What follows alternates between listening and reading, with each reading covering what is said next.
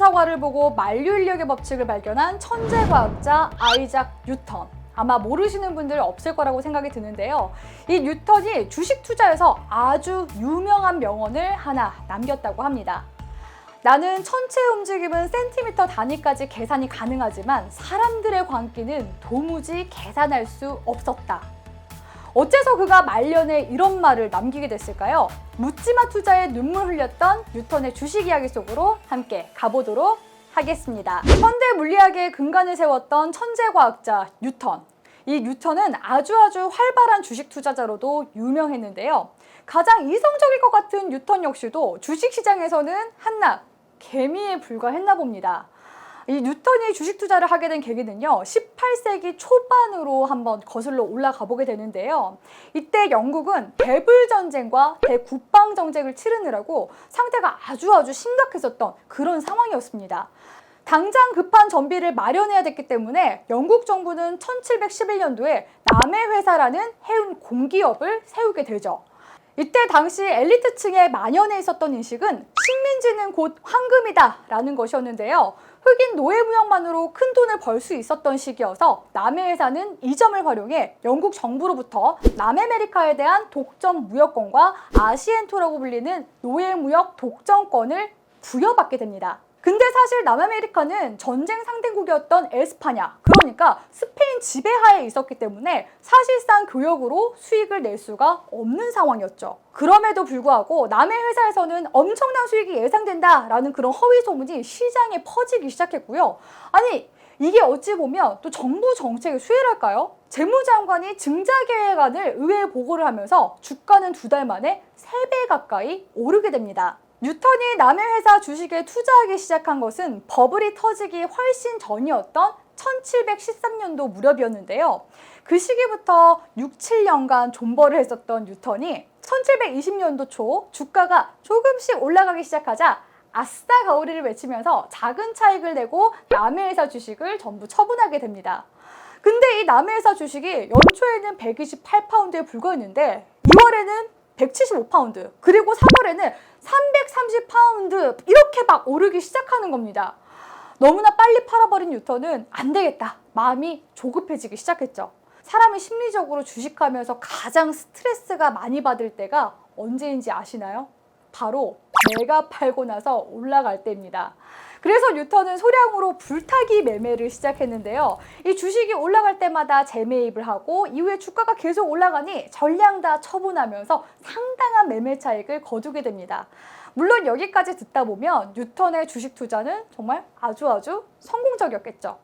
그런데 이 뉴턴이 주식을 전량 처분한 이후에도 주가는 계속해서 올라가게 됩니다.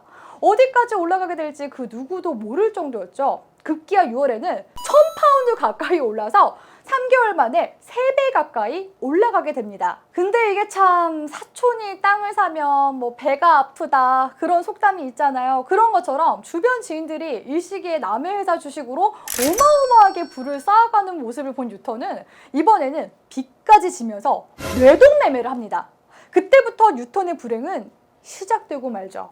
뉴턴이 7월에 남의 회사 주식에 다시 손을 댔을 때는 주가가 거의 꼭지에 달해 있을 때였는데요. 뉴턴이 빚까지 내면서 몰빵한 이 주식은 2개월 만에 버블이 팡! 터지기 시작합니다. 버블이 한 번 터진 주가는 폭락이 연말까지 이어지게 되고요. 6월에는 연초 수준까지 추락하게 됩니다. 결국에 뉴턴은 폭락이 마무리될 즈음 주가가 바닥까지 내려가고 나서야 90% 이상 손실을 보고 모두 다 손절을 해버리고 말죠. 현재 가치로 환산을 하면 44억 원에서 55억 원에 해당하는 금액이니까요. 거의 50억가량을 손절한 것이나 다름없는데요. 뉴턴은 이 사건 이후로 7년 뒤 사망할 때까지 그 누구도 남의 회사의 남이라는 단어와 주식의 주자에 대해 말도 못 꺼내겠다고 합니다. 당시 뉴턴뿐만 아니라 로빈슨 크루소 작가 다니엘 디포 역시도요, 이 남의 회사의 거품으로 인해서 크게 투자 손실을 입게 됐다고 전해지고 있는데요. 잠깐 다니엘 디포에 대해서 설명을 드리자면요, 이 다니엘 디포는 소설가 이전에 사업가이기도 했고요, 투기꾼, 파산자 등등등 이 최초의 경제평론가와 같은 다양한 수식어가 뒤따르던 그런 인물이었습니다. 그런데 이분 역시도요, 남의 회사 투자로 거액을 잃고 나서 빚쟁이를 피해서 종적을 감췄다고 하고요. 남의 회사 버블 사건 10년 뒤인 1731년도쯤에 런던 근교에서 객사했다고 전해지고 있습니다. 이처럼 남의 회사 주식으로 쪽박을 쳤던 뉴턴이나 다니엘 디포와는 달리 남의 회사 주식으로 대박을 냈던 인물도 한 명이 있는데요. 바로 작곡가 게오르크 프리드리히 핸델. 플레임 말하기도 참 어렵습니다.